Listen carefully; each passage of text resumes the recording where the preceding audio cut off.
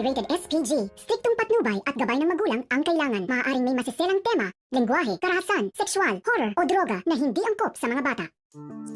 Galit na itong si Regina nang makita niyang nagkakagulo na ang kanyang mga anak. Hindi niya mawari kung ano ang kanyang dapat gawin. Kaya naman tinatanong ni Regina ngayon itong si Paulo kung bakit galit na galit sa kanya si Edward. Dito na napilitan si Paulo na aminin ang lahat dahil kahit si Regina ay wala ring alam sa tunay na sikreto ni Greg, Thea at Paulo. Nagulat si Thea sa mga revelasyon at nasampal niya nga itong si Paulo dahil bakit umano ginawa ito ni Paulo.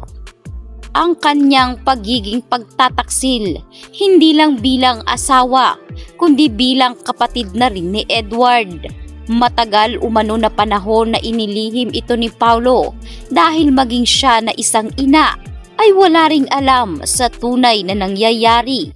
Saad pa ni Regina, saan umano siya nagkulang kay Paulo?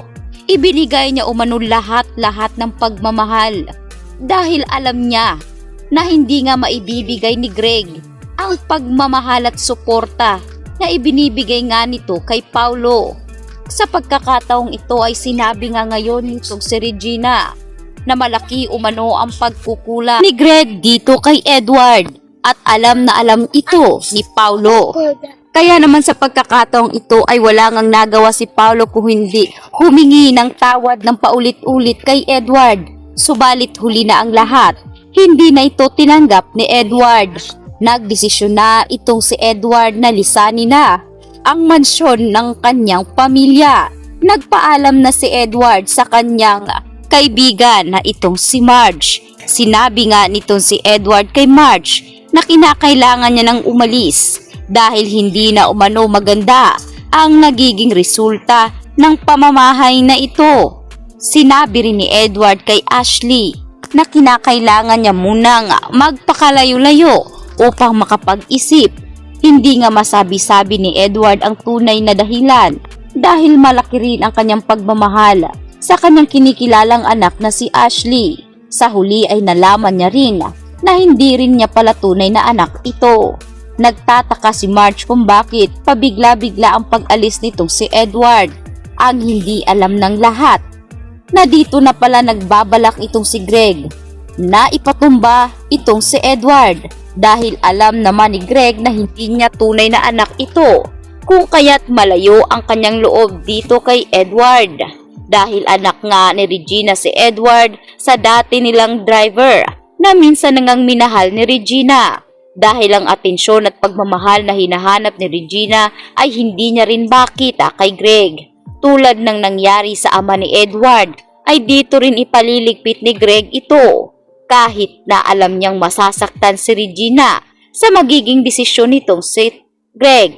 Sa kabilang banda naman, tila hindi na pumapabor ang panahon para kay Thea dahil dito nga sinupalpal ng katotohanan ni Regina ang kirida ni Paulo. Sinabi nga nitong si Regina na napakawalang hiya umanong babae itong si Marge dahil tila inaagaw nga ang atensyon niya dito kay Paulo. Narinig nitong si Regina ang lahat ng mga nabanggit ni Thea.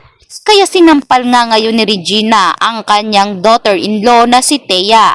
Sinabi ni Regina, ngayon ay magpupugay muna itong si Thea. Subalit darating ang araw ay wala siyang mahihita ni singkong duling sa pamilya Torrecampo dahil tanging si Ashley lamang ang magkakaroon ng yaman. Ngunit tulad rin ng trato ni Greg kay Edward, matutulad din itong si Ashley sapagkat dito nga ngayon gagawin ni Regina ang lahat para hindi umano magkaroon ng parte itong si Thea sa kanyang pamilya. Sinira umano ni Thea ang buhay ng kanyang mga anak at talagang nilibot pa ang kanyang sarili sa dalawang anak ni Regina na si Paulo at Edward. Sa huli ay malungkot itong si Regina dahil sa desisyon nitong si Edward na lisanin na ang naturang mansyon. Nung una ay nagmamakaawa si Regina na huwag umalis Dahil si Edward na lamang talaga ang kanyang kinakapitan. Kaya umano natiis ni Regina ng mahabang panahon si Greg ay para ipaglaban ang kanyang pagmamahal dito sa kanyang dalawang anak. Ngunit hindi na rin mapipigilan pa ni Regina si Edward na umalis sa mansyon.